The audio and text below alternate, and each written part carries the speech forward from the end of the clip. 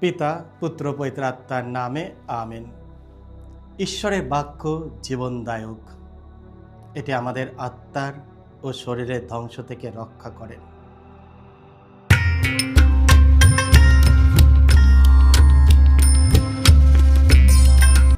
খ্রিস্ট আমার পরম প্রিয়জনেরা, আজ অক্টোবর মাসের ৩ তারিখ শুক্রবার। আর আজকে ডেলি মান্না ঈশ্বরের বাণী প্রতিদিন নেওয়া হয়েছে লূক রচিত মঙ্গল সমাচার থেকে 10 অধ্যায় 13 থেকে 16 পদ। এসো ভক্তিভাবে আজকের বাণীটি শুনি। যিশু একদিন এই কথা বললেন, হায়রে তুমি করাইজিন, হায়রে তুমি বেতসাইদা, কারণ তোমাদের ওখানে যে সমস্ত অলৌকিক কাজ সম্পূর্ণ করা হয়েছে তা যদি তুরস্ক ও সিদোনেই করা হতো, তাহলে সেখানকার লোকেরা অনেক দিন আগেই লোমের কাপড় পরে আর ছাই মেখে প্রায়শ্চিত্ত করতে বসত, তাদের মতিগতিও পাল্টাতো। তাই সেই মহাবিচারের দিনে তোমাদের তুলনায় তুরস্ক ও সিদোনের দশাও সহনীয় হবে। আর তুমি, ওহে কাফারনাউম, তুমি কি ভেবেছ তোমাকে তুলে দেওয়া হবে ঊর্ধ্বলোকে? না, তোমাকে সেদিন নেমে যেতে হবে সেই অধোলোকে। যিশু তারপর শিষ্যদের বললেন, যে তোমাদের কথা শোনে সে আমারই কথা শোনে, যে তোমাদের প্রত্যাখ্যান করে সে আমাকেই প্রত্যাখ্যান করে, আর যে আমাকে প্রত্যাখ্যান করে সে তাকেই প্রত্যাখ্যান করে যিনি আমাকে এখানে পাঠিয়েছেন। এই হলো প্রভু যিশুর মঙ্গল সমাচার। প্রভু যিশু তোমার মহিমা উচ্চারিত হোক। খ্রিস্ট আমার পরম প্রিয়জনেরা, আজকের পবিত্র মঙ্গল সমাচারে যিশু ইসরায়েলের দুটি নগর করাজিন ও বেতসাইদা তাদের অবিশ্বাসের জন্য নিন্দা করেন। এর বিপরীতে তিনি তুরস্ক ও সিদোন নগরগুলির কথা উল্লেখ করেন, যেগুলি তিনি তার পছন্দের উদাহরণ হিসাবে তুলে ধরেন। যিশু দুটি ইহুদি নগরের সঙ্গে তুলনা করেছেন, যেখানে তিনি বহু আশ্চর্য কাজ করেছিলেন, দুটি অ-ইহুদি নগরের সঙ্গে, যেগুলি তাদের ভয়ঙ্কর পাপাচারের জন্য ঈশ্বরের শাস্তির যোগ্য বলে পরিচিত ছিল। যিশু বলেন, বিচার দিবসে করাজিন ও বেতসাইদার মতো নগরগুলিকেও আরও কঠোরভাবে বিচার করা হবে, কারণ তারা বেশি আশীর্বাদ পাওয়া সত্ত্বেও মনোভাব পরিবর্তন করতে অস্বীকার করেছিল। যদি আজ যিশু তোমার পরিবারে সাক্ষাৎ করেন, তিনি কি বলবেন? তিনি কি করাজিন ও বেতসাইদার মতো কোনো সতর্কবাণী ঘোষণা করবেন?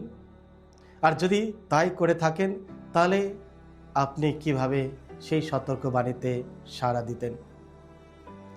খ্রিস্ট আমার পরম প্রিয়জনেরা, যেখানেই যিশু গিয়েছেন তিনি মহাশক্তিশালী বহু আশ্চর্য কাজ করেছেন, যাতে মানুষ বুঝতে পারে ঈশ্বর তাদের প্রতি কতটা ভালোবাসা রাখেন। করাইজিন ও বেতসাইদা ঈশ্বরের দর্শনের বিশেষ আশীর্বাদ পেয়েছিল, কারণ যিশু নিজেই বহুবার সেই শহরগুলিতে গিয়েছেন, ঈশ্বরের মঙ্গলবাণী প্রচার করেছেন। তারা মঙ্গল সমাচার শুনেছিল এবং যিশু তাদের জন্য যে আশ্চর্য কাজগুলি করেছিলেন তা প্রত্যক্ষও করেছিল। আর যদি তাই হয়, তাহলে যিশু কেন এই শহরগুলির ওপর অসন্তুষ্ট হলেন? হাই শব্দটির আরেকটি অর্থ হলো হাই হাই বা আহারে। এটি যেমন রাগের তেমনি দুঃখ ও করুণার এক গভীর অভিব্যক্তি। যিশু আমাদের সত্য ও স্বাধীনতার পথে চলার জন্য আহ্বান করেন, ন্যায় বিচার ও পবিত্রতার পথে। যিশু কেন বিলাপ করেন ও কঠোর সতর্কবার্তা দেন? কারণ যারা সেখানে সুসমাচার শুনেছিল তারা সম্ভবত উদাসীনভাবে প্রতিক্রিয়া জানিয়েছিল। যিশু তাদের তিরস্কার করেন কারণ তারা কিছুই করেনি।